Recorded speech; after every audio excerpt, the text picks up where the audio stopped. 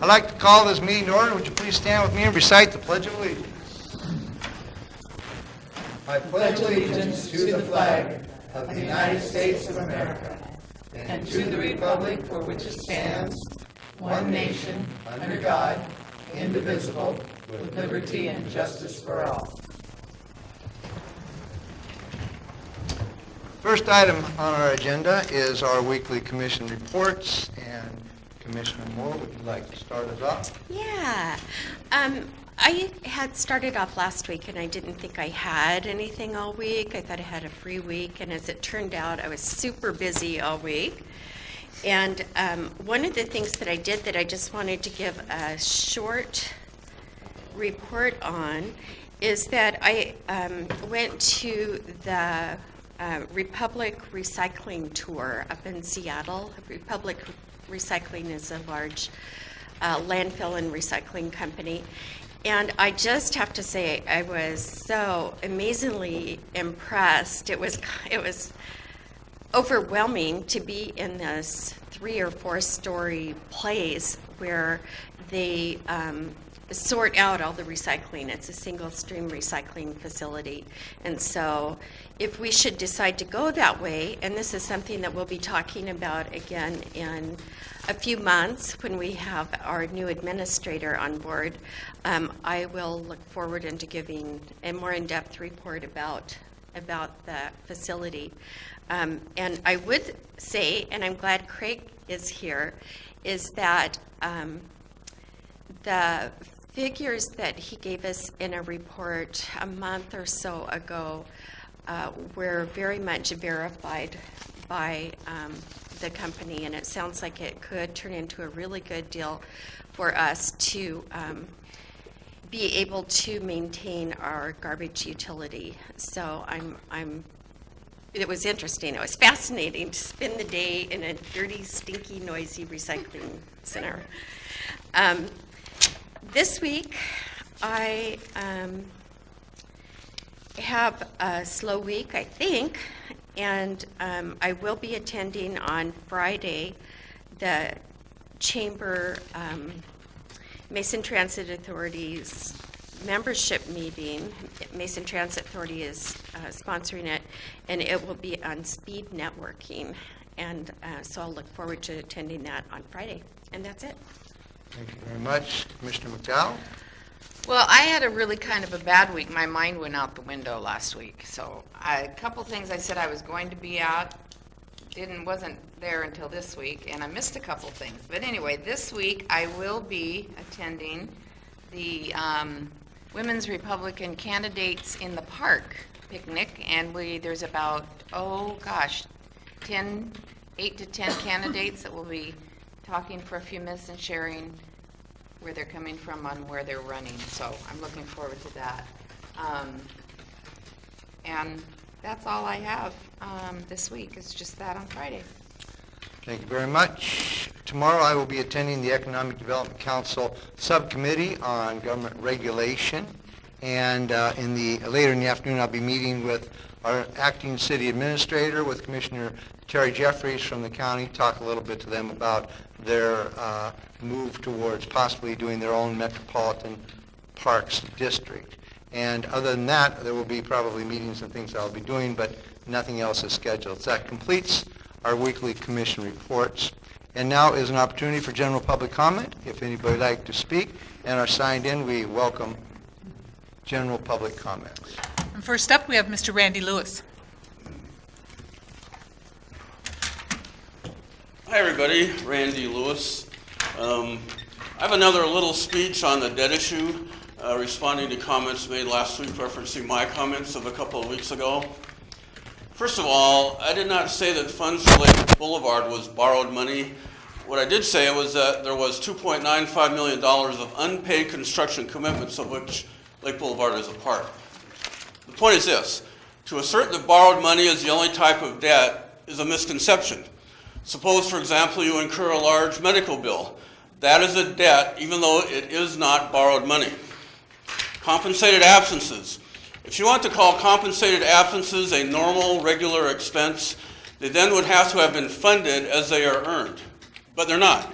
Instead, compensated absences are an unfunded expense paid when the employee leaves the city. That is a debt. Retirement benefits. The portion of the retirement benefits that are not funded is called unfunded actuarial accrued liability. The key word is unfunded. If you have an unfunded retirement liability, you set up a payment schedule with what are called annual required contributions. These are analogous to required bond payments. Even though you are periodically paying the required pension contribution, that does not mean the pension debt does not exist. That is like saying because bond payments are part of the budget, that there is no bond debt. I encourage people to Google public retirement debt. Websites will emerge all over the place referencing retirement and pension debt. I'm going to describe a couple of examples, and then I'm going to hand out several others. The Stanford Institute for Economic Policy Research published a paper titled Pension Debt, California Public Employee Pension Systems. A Pew Charitable Trust report states, preliminary data from 2014 point to a reduction in unfunded liabilities for the majority of states. Nevertheless, pension debt is expected to remain between $800 billion and $900 billion for state plans. Now, have I been giving out erroneous information? No. I pulled my numbers directly out of the 12/31/14 annual statement, just as Pete did. So here's my motivation. Let us be transparent. Let us make full disclosure to the public. Let the financial pro, when he or she gets here, list all these items, maybe more. Let us not suppress information. Along those lines, as a public service, I've calculated the debt as of 12/31/13. That number is $59.2 million. Thank you. Thank you for keeping your comments under the 3 minutes. You must have practiced that one. I practiced. Thank you. So, anyone else?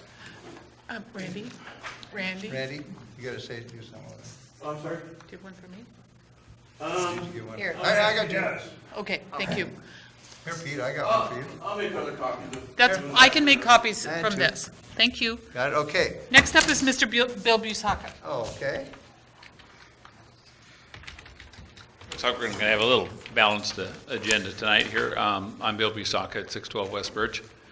I'd like to pose a little bit different viewpoint than Randy has, and that is that it's generally not part of normal accounting procedures to add in debt for the future. It's only debt that's already been incurred. If we did that, right now, I mean, we're worried about the best numbers we come up with is a true present debt of $49 to $50 million for the city of Shelton.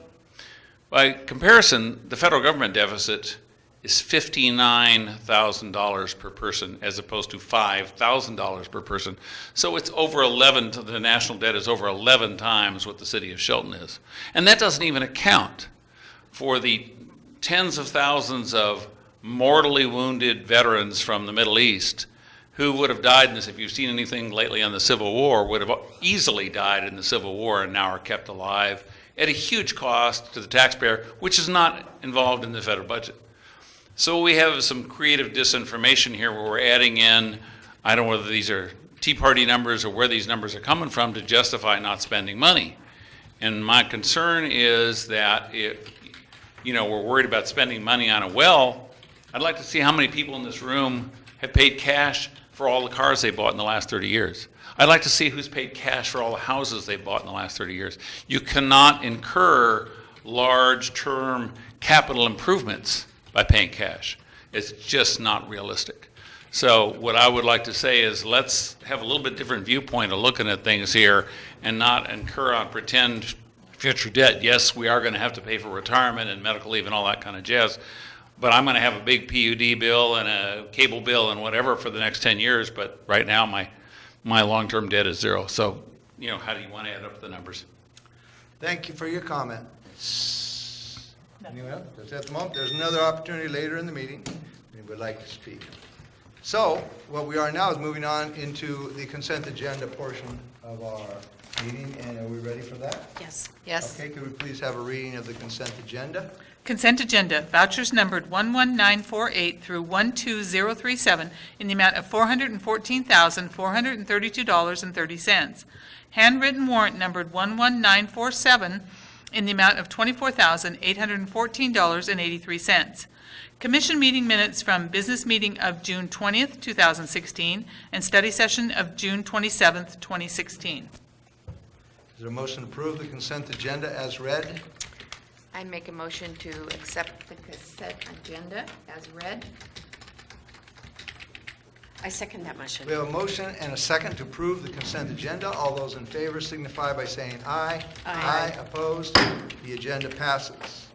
Now, we have no old business, and we actually have no new business tonight, but we do have a item talking about the well that was referred to earlier, and different options on that. And we're going to turn the meeting over to our acting city administrator, Pete Butkus, at this time. Thank you, Mayor, and good evening, Commissioners. Just a little comment here for Public Works Director Clark to begin this presentation. Now, we're acting on previous commission action to avoid additional debt if possible and looking at water system improvements. And I'm pretty pleased with the work that staff has done towards that direction for the commission. We provided you some possible resolution to the issues we face at lower cost. And I'll note that we're going to do a little more lengthy walkthrough with this because we're not only speaking to you tonight, but the audience and the people at home who are watching this, so you're going to get just a little more background than you would normally have received. And with that, I'll turn it over to the director. Thank you, Pete. I'm going to go up to the microphone here so I can see the presentation on the screen. And hopefully everybody has one of these handouts I copied. And if not, let me know, and I'll be happy to get one of those for you. Either email it to you or you can pick it up upstairs. So tonight, like Pete mentioned, we're going to go through some options. We actually came up with several options, and we decided to drill down and we got to figure out how to work this. There we go.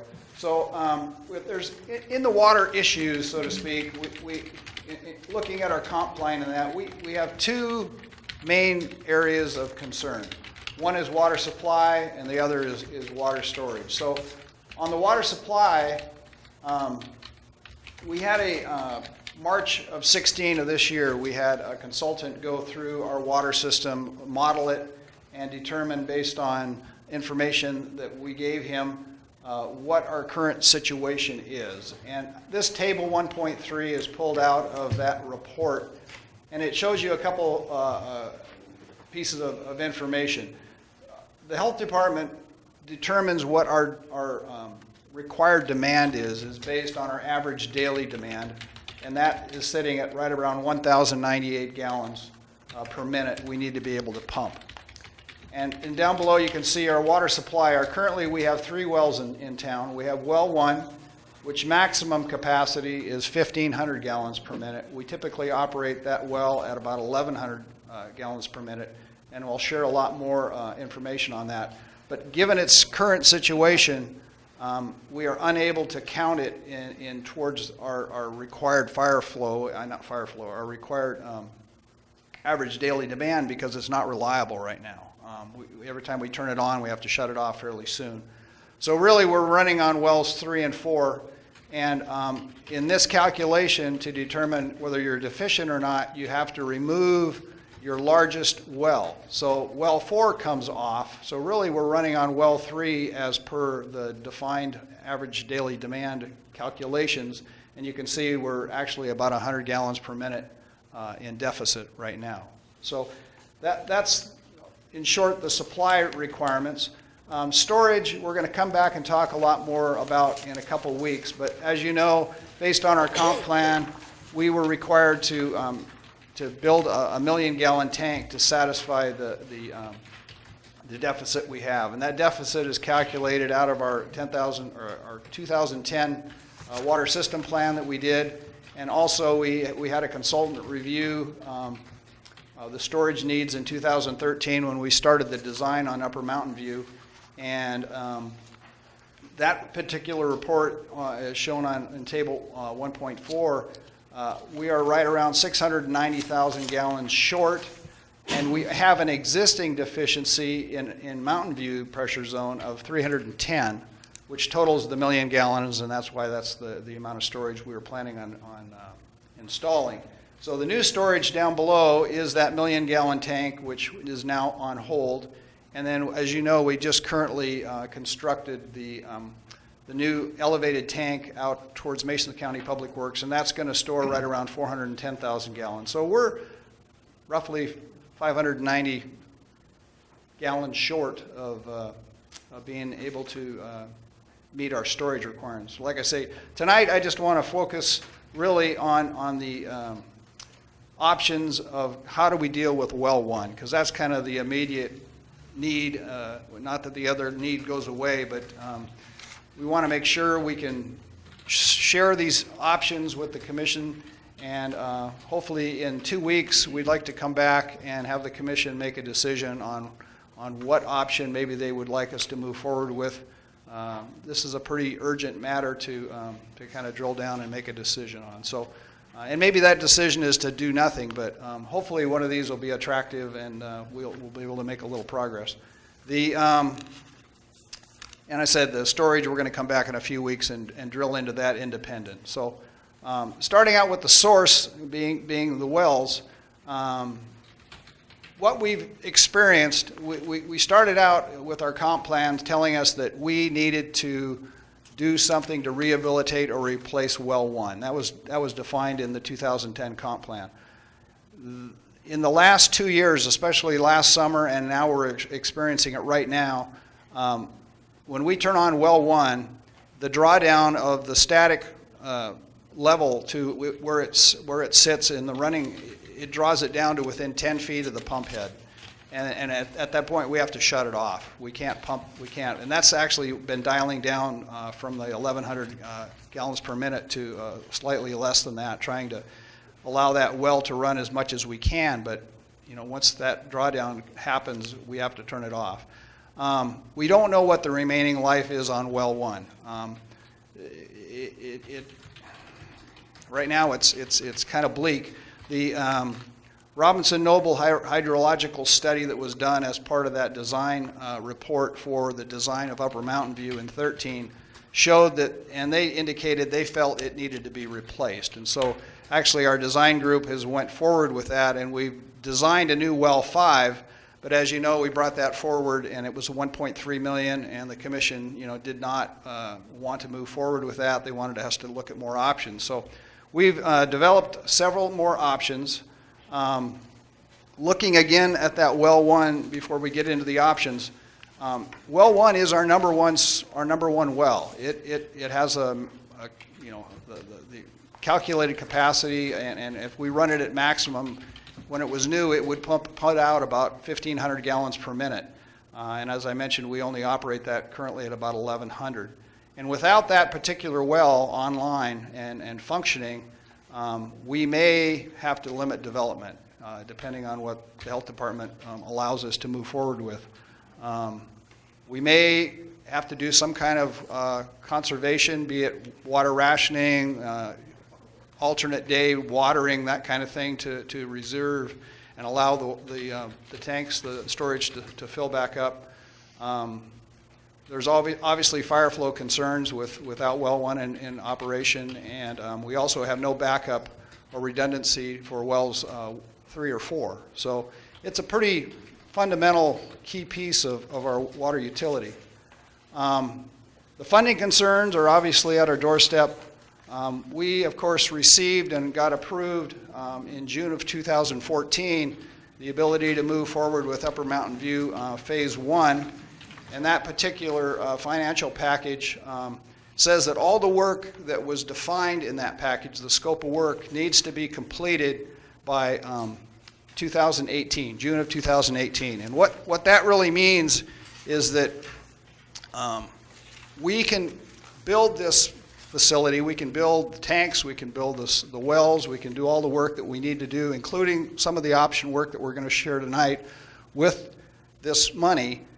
but we don't have to pay it back until June of 18 when the construction would be completed, which is a pretty huge opportunity to actually, we could submit the bills, get payments for the contractors, but we don't have to start repaying that loan until after June of 18. The Department of Commerce in this, we've talked to them at depth, and they really said that kind of the track history is that they don't allow for time extensions. So we, depending on what we want to build with this money, if it's a storage tank especially, we need to probably move fairly swiftly. Well 1, if we replace it, as we talked before, we got a little more time with that, but still, we need to be completely done with the work by probably physically complete by March of 2018 in order to close it by the end of June. And there's a small scope of work change that has to happen, but I'm not really too concerned with that. Mike and I, we talked to the Department of Health, and they, it seems very, very likely that the options we're talking about tonight, along with any of the previous discussed items, are will satisfy the scope of the current project. From an economic standpoint, this low-interest loan that we have the ability to take advantage of course, is 1% interest over 20 years, and those payments wouldn't need to start until after June of 18. Those debt service payments were included in the current utility rates, so there wouldn't need to be a rate increase in order to make those debt service payments on all of the money that we theoretically could borrow if we wanted to in this opportunity. Thinking about that, construction costs typically go up 3 to 4% a year. And if we wait too long, that 1%, the amount we're paying on interest for 20 years gets eaten up pretty fast by construction inflation. So the other thing is the future loan. If we don't take advantage of this loan and we won't go after a loan in the future, again, these things are running between 3 and 5% because that is what the different agencies are able to. Typically, they go with the bond rates, and bond rates are somewhere between 3 and 5%. So if we go to borrow future money, it's probably going to be in the 3 to 5% interest range. And then, of course, the unavailability for a utility to get loans is difficult at best, and future loans for this type of work, we don't even know if they're going to be available. So it's just some items to think about when we're looking at the finance side of paying for these construction projects. So here are the 7 options that staff, and I'm going to go into detail on each one of these, went through. We sat down with a group of people back in, it was June 15th, and we sat down. It was Mike Michael, Craig Gregory, Pete Butkus, and we had a gentleman, Jason Zach from Arcadia Well Drilling came in and helped us through this kind of troubleshooting ideas. We had Regina Grimm from Department of Health. She's a regional engineer from there. We had Susan Clark from the Department of Health. She's a regional planner that works with the comp plans. And we all sat down in a conference room and we said, what can we do for well 1? What options, what kind of permitting needs are there, that kind of thing. And so these are the list of the items that came out of that meeting. Obviously, we can rehabilitate the existing well 1. Different from... Just curious. Obviously, we can rehabilitate existing well 1. Obviously, what do you mean rehabilitate it? What would that mean? How would you do that? I've got a slide on that, Mayor. On how they would rehabilitate? Exactly. Oh, okay, I'm good, because this is new to me. Yeah, I'll go into detail on each one of these. Okay. The other option that came out of the meeting, and is an attractive one, is to actually just lower the existing pump in the well casing itself. The third one was possibly to utilize wells at Sanderson Field, which were Port of Shelton wells. The fourth one was Simpson has a well that possibly, it's a private well, but possibly we could use it for city water, so we looked into that. The thought was maybe we could reopen Shelton Springs as a source. And then 6 was, well 1's replacement, the project that's currently designed. Is there a way we can phase that to spend money slower over a couple years or 3 years to do that project?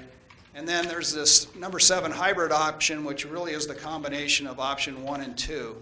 And that's actually going to be the staff's recommendation of what maybe we can go forward with, or hope we can go forward with.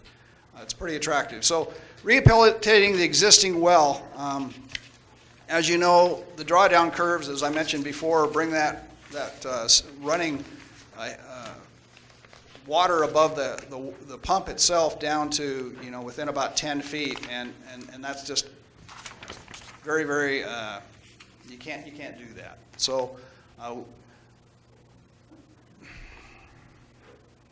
So anyway, we gathered the team together, and we came together with, how to do that, and I'll get into that a little bit more later, but the cost for, re-drilling well 1 was 1.3 million, and so this particular option is less than that.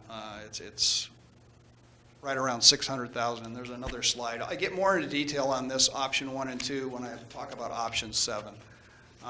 Which is the combination of those two. Anyway, we don't know what life we can get out of well 1 once it's rehabbed, but we do think it has a strong likelihood to be reconditioned and usable for a, in talking to Arcadia, they do this all the time, and we won't know for sure until we actually engage in this project, but it looks very strong as a promising idea.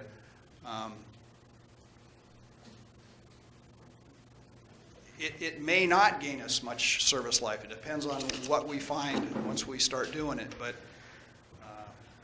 the professionals, like I say, they seem to think it was more of a desirable than the report that we had done for the design of well 5. The hydrological report indicated that we needed to replace well 1, which is what we ended up suggesting. But in looking at this a little bit more, this actually rehabilitating the well is a good idea. Also, we know what we have there. Once we pull the pump out and we can camera it, we're going to know a lot better. So option 2, and this idea came up, which it's really exciting because it's something we could actually do this year, and that is to actually just not pull the pump out, the existing pump, but just add some extra sections of pipe on and lower it into the well casing about 42 feet. And that would give us a lot more drawdown capability. This particular option would maybe cost us between $15,000 and $20,000. It's a maintenance type of thing. It doesn't require Department of Health permitting. We don't know exactly, once we start lowering stuff, that could it cause damage to the pump. I mean, there's some things that could go wrong, but the strong likelihood is that this is a really good idea, and it's a quick turnaround, and it's something that would, I think, give us a lot of service life through this, kind of dry spell ahead of us, and then we can move forward possibly with the rehabilitation. So the service life, we don't know. The pump that's in the hole right now, the existing pump, is 27 years old. And a typical pump has a life of 25 to 35 years. And so that pump is at its, kind of service limits. But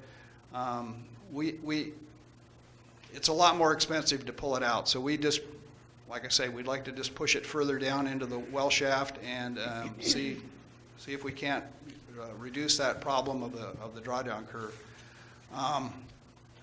It does have a little higher head. If you put it down 42 feet, it's got to pump water 42 feet higher, but that's not a real concern. We're going to lose a little bit in gallons per minute, but it should function just fine.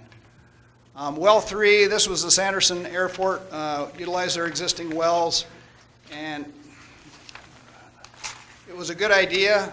Their wells only could probably give us 80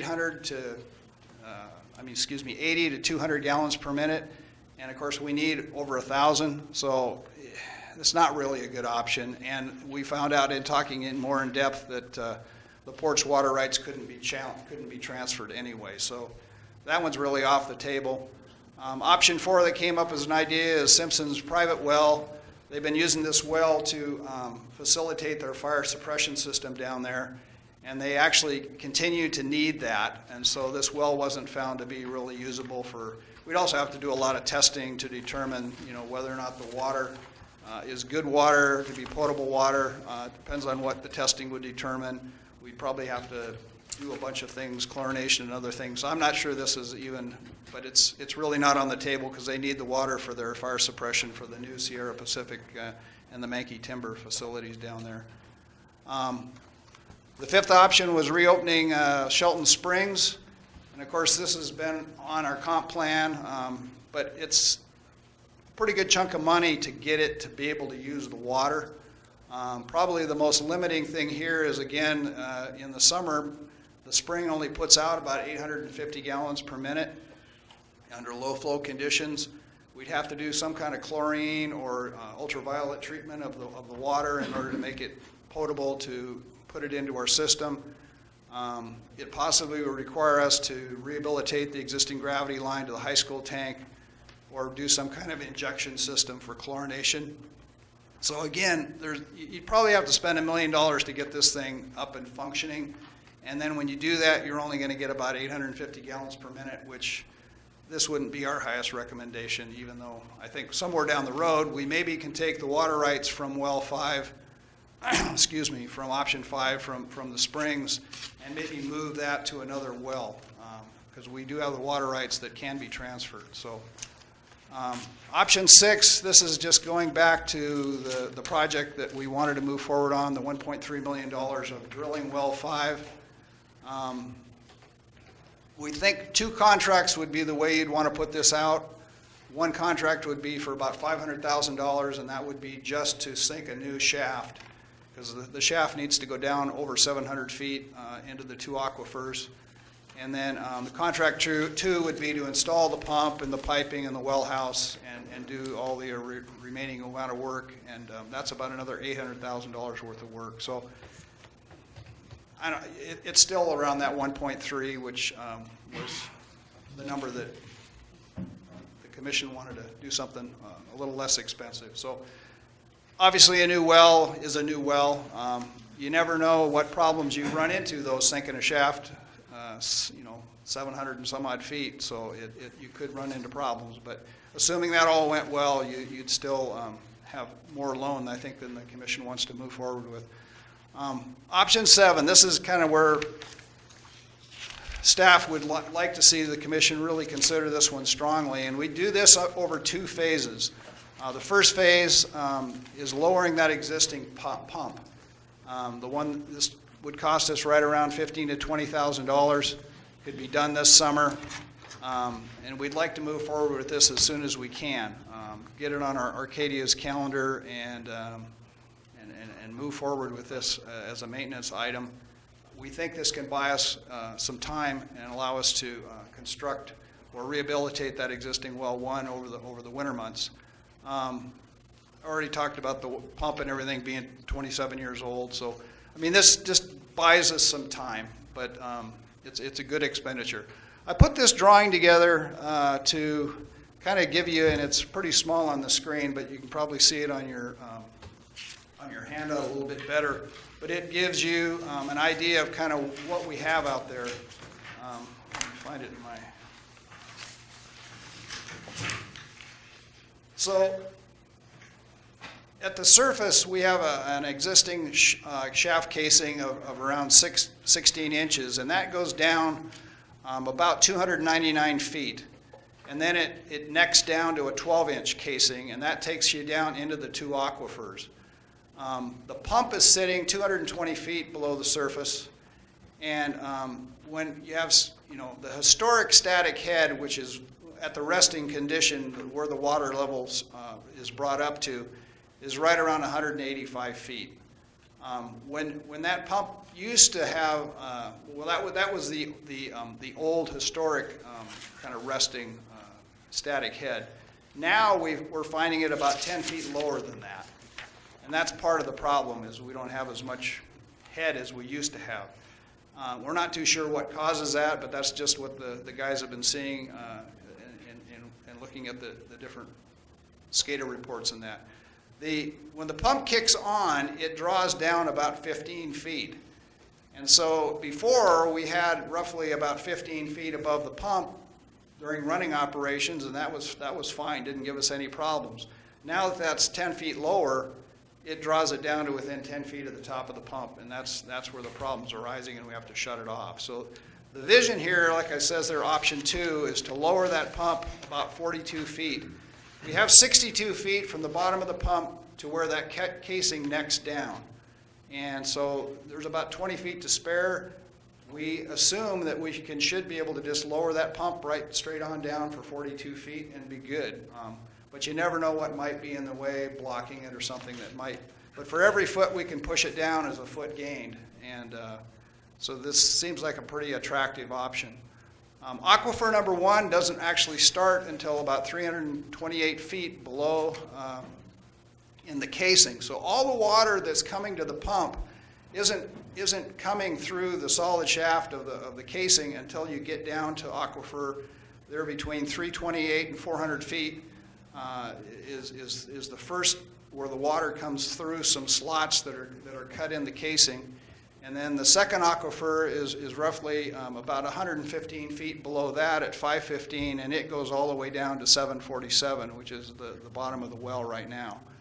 And so what they do to clean this well under the rehabilitation side of it is they would pull that pump all the way out, and that takes quite a bit of effort. We'd have to demo the well house building, and so they can clean it. But they would pull all the pump out and all the pressure line out and all the electrical wires and everything, and so you'd have just a clean shaft. And what they'll do then is it's kind of like getting your teeth cleaned. You need to do it every so often, and we haven't done this in 27 years, so it's probably pretty cluttered up with sedimentation and mineral deposits and who knows what all has gone into this thing over 27 years, but.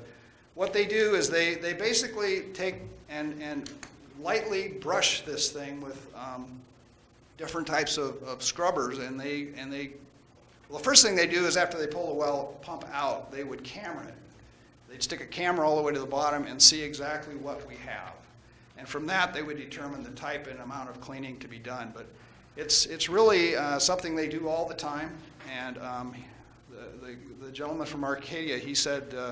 This is a very good candidate and he had a great promise. He seemed to think he'd be able to make this thing quite a bit more productive for moving water up to the new pump. So we would clean this, get it as clean as we can, and then we would put a brand new pump down in the shaft and bring it down to this same elevation, about 42 feet below where the existing pump sits right now.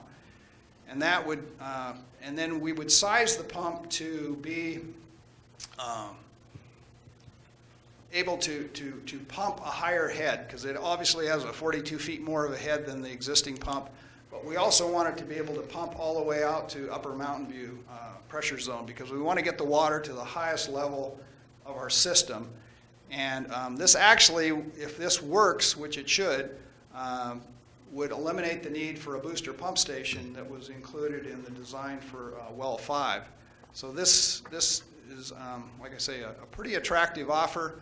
And let me go into the next slide here. So the cost of doing, the well 1 design engineer, we'd have to hire an engineering company to help us size the pump and determine exactly, what its pump curve is and horsepower and all the impellers and stuff that you select. But we figure that would be less, $30,000 or less to do that engineering.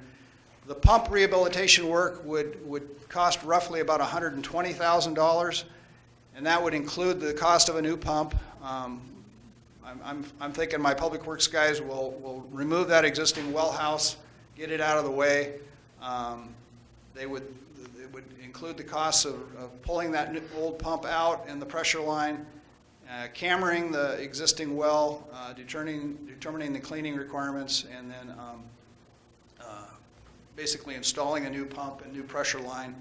And then the other things that would need to happen in conjunction with this is we'd like to put in a VFD, variable frequency drive, so that we can operate that pump at different speeds, which will allow us to regulate how much water we pull out of there. That VFD is right around $25,000 to do that, but we need to do it in conjunction with this project if we're going to put a new pump down there. The crews would rebuild that pump house. We figure that's around $20,000. And probably the big ticket item here is installing the water line, the pressure line, to take this up to Mountain View, to Upper Mountain View, which is $400,000. So this particular option, as we're rolling it out here, is right around $600,000 that we could do this rehabilitation work, and we could do this over the winter and have it ready to go for next summer. And this is certainly eligible for the loan money that is available to us. So again, the pros and cons, I think I've already touched on it. Probably the big one here is it eliminates that $1 million booster pump station that was part of the Well 5, and again, it's significantly less than the $1.3 million that we brought forward before. Again, we don't really know about the condition of the existing casing, but we certainly will once we camera it. And it would be nice to just have a new pump in that particular well, because this one's 27 years old. So that's kind of the end of my discussion here. I'd be happy to answer any questions the commission might have. I've got Mike here, my city engineer, and Craig Gregory, my superintendent. So I want to really answer as many questions as I can. I have some. Great. Can I go? Sure. You want to go first? I know you go first. Okay, so first question is, why have we never maintained that pump in 27 years? Is it just no one thought about it, or no one told us we had to do it? Money was never there? What goes No, on there? I think it's something that we should have probably done. Right. It just never really came on the radar. The thing's been working fine up until here last year when we had the drawdown problems. And I don't know, Mike, do you have any history on that? Well, and Craig was just sending me a note via lip reading there. It's not really the pump, it's the well casing itself that we're really talking about maintaining. And there's twofold reason that it doesn't get done very often. One, you have to pull the pump out to do that, and it's very costly to do that. Two, every time you pull the pump, there's a risk of damaging it and having to replace it. And the pumps, because of the size of them and as much water as they need to move, they're expensive in themselves. So really it should be done about the cycle when the pump's replaced. We're about to that point again. Historically, we can't tell if it was done with the last pump replacement. We suspect it probably wasn't. It would have likely been a good thing to do then had somebody thought about it, but we can't find in the records where it would have been done back then. Can you television it every 15, 20 years to see how it's holding up? Or is that you can't do that? Again, to do that, you've got to pull the pump out of the hole. You've got, there's only so much space in there, so with the equipment we've historically had, no, that's probably not something that was available. As portable cameras are getting smaller, in 15 years, we may be able to do that. So also, the, oh gosh, what was I going to say? Oh gosh, I forgot what I was going to say. Went out my mind. I have one more question here. Grant money, is there any money there can be tapped into to help with this project? the grant monies have been expended on this. What we have left out of the existing funding package is all loan money at this point. All right. We- Okay. You can come back to you. I mean, we I'm can- done. Yeah, we can. Yeah. Tracy, yeah. Yes, I do. So you were talking about the gentleman from Arcadia Well who has experience with this type of project. And I was wondering if he works, if he has expertise on working on a well that's as deep and as large as this? He does. Arcadia is, there's three, as I understand it, main kind of well drilling, well servicing companies in really the Puget Sound area here. And Arcadia has been our source for helping us service they did well last year for us. But yes, they're very capable of doing this type of work. And, Okay, so he knows what he's looking at as far as the he's capacity. very we knowledgeable. need. He's been in the business a long time, and he brought to our attention that, he would not even be recommending this unless he thought it was a really good thing to try, because kind of his reputation as a company is on the line too. The fact that he's recommending this means that it is a very, there's not much risk, that there's, I don't know, Pete, do you have any other on that as far as how you felt about how his recommendation was? Yes, I can add. We on? You're on if your button's on. All right. I can add to that. First of all, Commission, all the options, including the drilling of a new well, which was originally recommended in the study, have rewards and risks. There's no guarantee, for example, if you go 1,000 feet away from well one and drill a new well, that you will get sufficient or even any water. And I can't overemphasize this. We've at the staff level looked at all the options and the relative risks and feel the most comfortable with the recommendation of hybrid option 1 and 2 together. I'll also note that putting the camera down and making an examination and then a cleaning is not unlike a periodic dental exam, where you have your teeth looked at and you have them cleaned, and maybe you discover some other issues at the same time. We don't know if we will or not. And for the public that's present and listening, this is the nature of the business. We've put forth for you to something we think that'll work. It'll work at less money or less cost, and it provides for a period of time, which is also undetermined, the water supply that we need to move ahead. So I think I felt pretty good about the recommendations as formulated by the group. I noticed that the Department of Health representatives were comfortable with it. And so we have a combination of activities that we would have liked to have seen take place 15 years ago, but didn't. But we're certainly proposing that we do it now. So that's my summation. There's risks and rewards in every option that's here. We just happen to think that the ones that we're recommending professionally are the ones that you should give the strongest consideration to. But in any case, we're going to take the commission direction and go implement it, whatever it is. Okay. I had a couple more questions here. So at the time that the process is happening, we're saying we don't know the condition, we don't know if the casing will be cracked or, any of those kind of things. Is that something that we'll know immediately at the time they're working on it, so that if we had to do some work on the casing or replace parts of the casing we're not planning on, we would be able to do it at that point? Well, the phase one of the work and just lowering the existing pump 42 feet, that would be an unknown, just pushing it down and hoping it doesn't hit or become, stuck or damaged. Because pulling it all the way out, all 220 feet is a long way to pull it out and pretty expensive. So the idea of that is just pushing it down, and we won't know because we won't have cambered it. If we go to the rehabilitation, being phase 2 of option 7, then we would have cambered it and we'd know what's there. And we'd see if there's any damage. I don't think casings typically get damaged, but they do get plugged up with mineral deposits and other related things that are maybe brought in through, with all this water being pumped over time, a lot of stuff has been brought into the casing. So the cleaning of it and getting all of that debris out of there, and they have different ways of I guess getting that. Once you clean it, you have to go down and remove all of the cleaning deposits that end up in the bottom of the shaft, and they would do that. But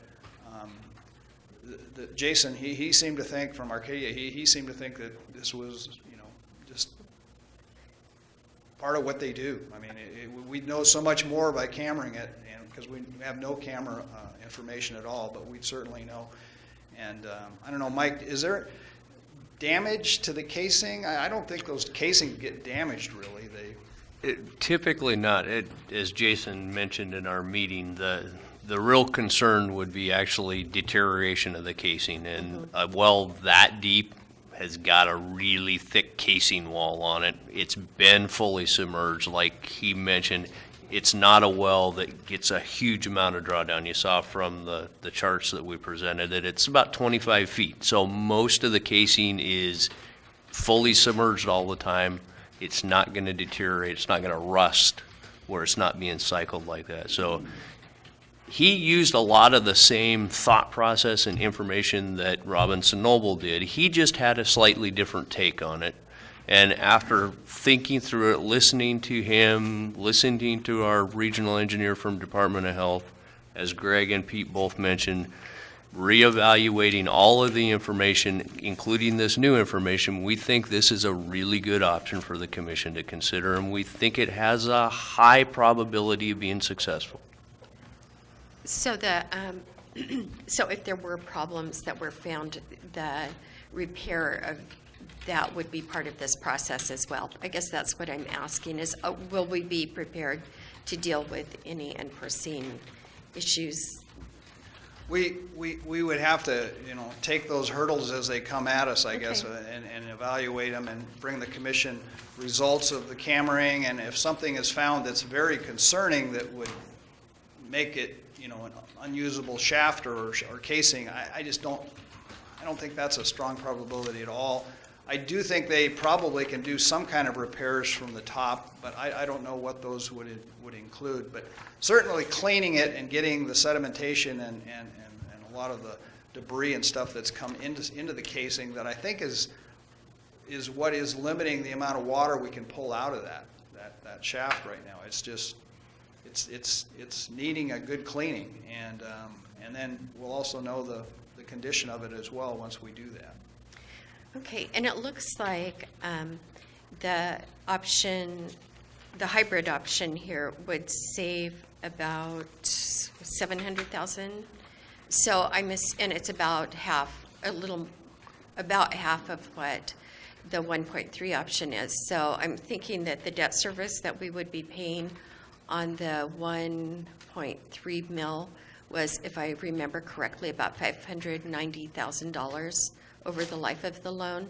So I'm thinking this would be about half of that as well. I'd have to get back to you on that, Tracy. I don't have those numbers, but that sounds about right to me. Okay. Well, I really appreciate all the work that you've gone through for this, and I think that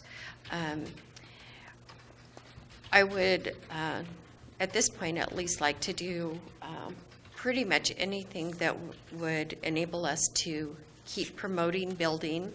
I am very disturbed by that some of these options that we're not speaking about anymore would limit our building, the capacity for building in our community. And then also, I don't think anybody really wants to water ration, although it might be the greener thing to do, but I think I would be really hesitant to promote that. Okay, so that's all my questions. And again, we're going to think about this for a week, talk to Pete, and then we're going to get back on this. Because like I said, we have time to think about this. And I really, really appreciate the second look at this. One question. The new pressure line, the $400,000 line, that is not really necessary right today to do that line, is it? We would strongly recommend we do that. It puts us into a functional operating problem in that we can't get the water into Upper Mountain View pressure zone, which having a single source for that whole pressure zone is not the best situation. But theoretically, you could clean the screens, and replace the pump, look at the pump, camera the thing, build a new pump house. You could do all that $200,000 job, and then put that new pressure line in. You could do that. We could do that. That is a possibility, because the water, you do this with, fix the well and make sure it's a nice, redone well, and then the $400,000 could be done at a later date. Could be. It could be. Okay. That's all the questions I have, and I'm looking forward to taking this back to the drawing board and looking at it. And so, any other questions? Just a clarifying comment on that, Mayor.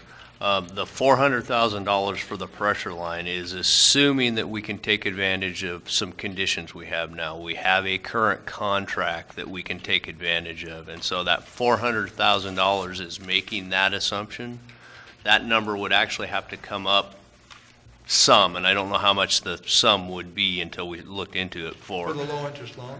well, no, for additional engineering, for additional project administration, ad award, bidding type things to go out and get a new contract in place to do that work at a later date. Okay. Yeah, what Mike is saying there is, we are currently under contract for Phase 1 of Upper Mountain View, and included in that contract is piping, water main installation. And we can take advantage of the fact that we have competitive bids on that right now, and that's why the price is what it is around the $400,000. All right. Any other questions? Oh, I don't have any questions. I want to say thank you, Greg, and thank you, Mike, and Pete, and whoever was. Yeah, and yes, that was involved in this project, in really looking into it. I believe in options. I don't believe in running out and doing it because someone says you have to. There's always an option, a good one or a bad one, but exploring those options, you're going to find out if it's good or bad, and if it's good, you go for it. So I want to acknowledge you guys for doing this work. I really do appreciate it a lot. Thank you very much. And I will say that, sometimes we're all working together. We got a lot of flack right off for not jumping right into the $1.3 million well, but it was appreciative that John Tarrant came into my store today and thanked me for waiting and looking at options on this, because, you had a study that said this is what we need to do. Well, let's go back to the drawing board. Maybe we'll find something a little different. And so, anyway, I think it's a team working together, and I'm really appreciative that we have some options to look at. So, if that ends the questions, we don't take questions from the public. What we can do is have at a time period which is called the general public comment period, you can easily come back up and speak if you would like, okay? No, it was answered here. Okay. All right, so thank you very much for that. And at this time, I'm going to turn this over to our interim city administrator, Pete Butkus, for further administration reports. Okay, thank you, Mayor. Just noting that it's noted for next week on July 11th, looking ahead, that we're going to have a draft letter to you for review and approval, sent to the State Department of Transportation concerning a potential project on 101 associated with the Hall equities. I will note that just today we received a copy of a letter that the Mason County Commissioner sent to the State Department of Transportation regarding that same project. So it'll be something similar to that, just for your information. And again, we're planning, unless Commissioner directs us otherwise, to come back in 2 weeks from tonight and talk further and hope to get some direction from you on our water supply options. All right. Very good. Next is the opportunity for general public comment. Anybody else like to say anything? This is that opportunity for 3 minutes. And so if you did, this would be the time. If you want to let your thought go, then we can move forward to the next agenda item. We have Mr. Forrest Cooper. Mr. Cooper came and signed up, okay? I didn't even see him, so welcome. You didn't see me. I like that. That's awesome. Yeah, you Just blending into the like a shadows stealth back there. bomber or something. Well, thank you very much, Commission. Mr. Mayor, I'm Forrest Cooper, 409 West Railroad and 807 South 14th. In regard to the well issue, I'd like to start by applauding all parties involved for coming up with some options that can be more affordable and close to as effective.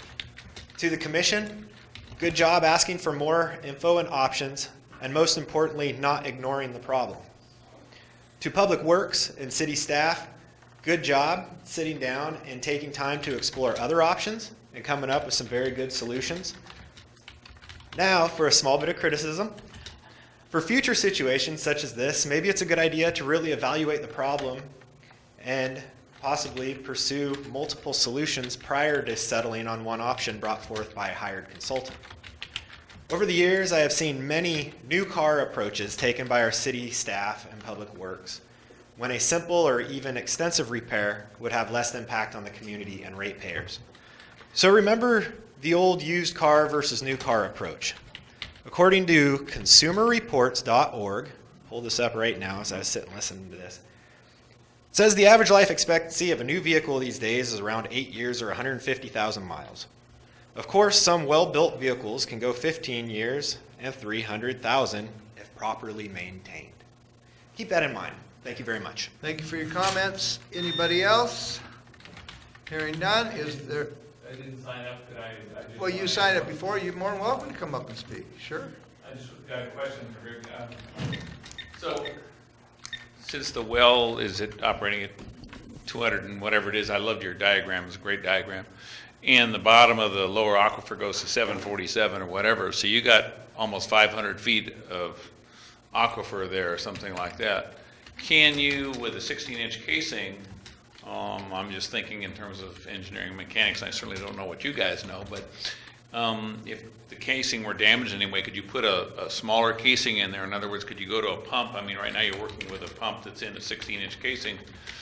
Could you put a 14 or whatever, I mean, a smaller casing in there, and then a high-powered pump with a smaller diameter? In other words, is that possible? I mean, when I consider how many feet of water you've got there, I like the idea of just using the existing one and improving its capabilities if possible, if you run into problems with the casing.